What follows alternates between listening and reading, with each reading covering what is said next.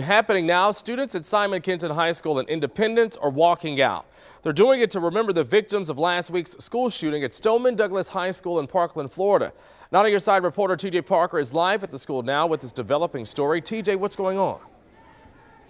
Yeah, Ryan, these students just came out here in the past couple of minutes or so. Students here will spend the next 17 minutes here outside of Kenton High School in honor and memory of those 17 victims from that shooting in Parkland, Florida, almost a week ago today.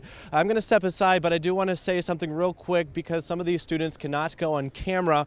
This is a request from the school, but I do want to show you the crowd that is gathering outside of Kenton High School. This is the side back lot here.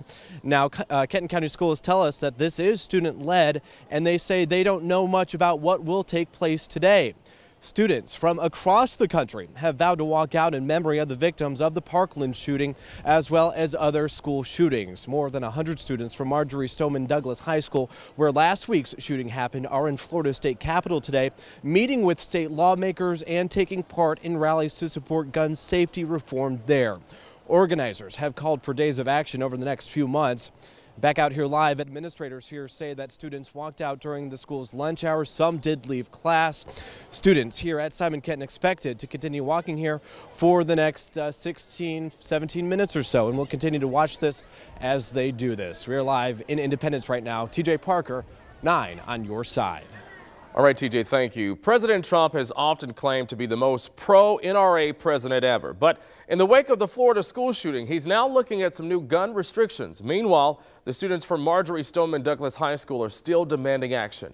ABC's Tara Palmieri has the story from D.C.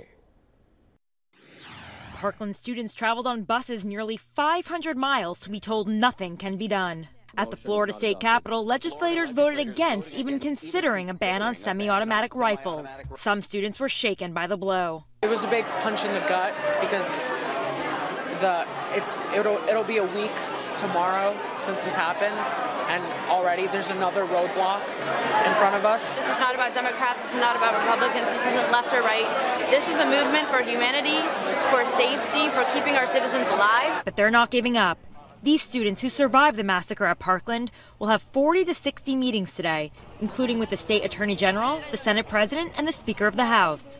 They're also expected to meet with the governor. They're vowing to storm Washington next. In D.C., there seems to be momentum for modest changes. The president announced yesterday that he proposed a directive on banning bump stocks. I signed a memorandum directing the attorney general to propose regulations to ban all devices that turn legal weapons into machine guns. But bump stocks were used in the Las Vegas shooting, not at Parkland. President Trump also signaled his support for a Senate bill that fixes instant background checks, tweeting, "Whether we are Republican or Democrat, we must now focus on strengthening background checks." The students seem to understand that change rarely happens overnight. We're not hoping for magical results. President Trump will host a listening session this afternoon with survivors of the Parkland massacre, Columbine, and Newtown.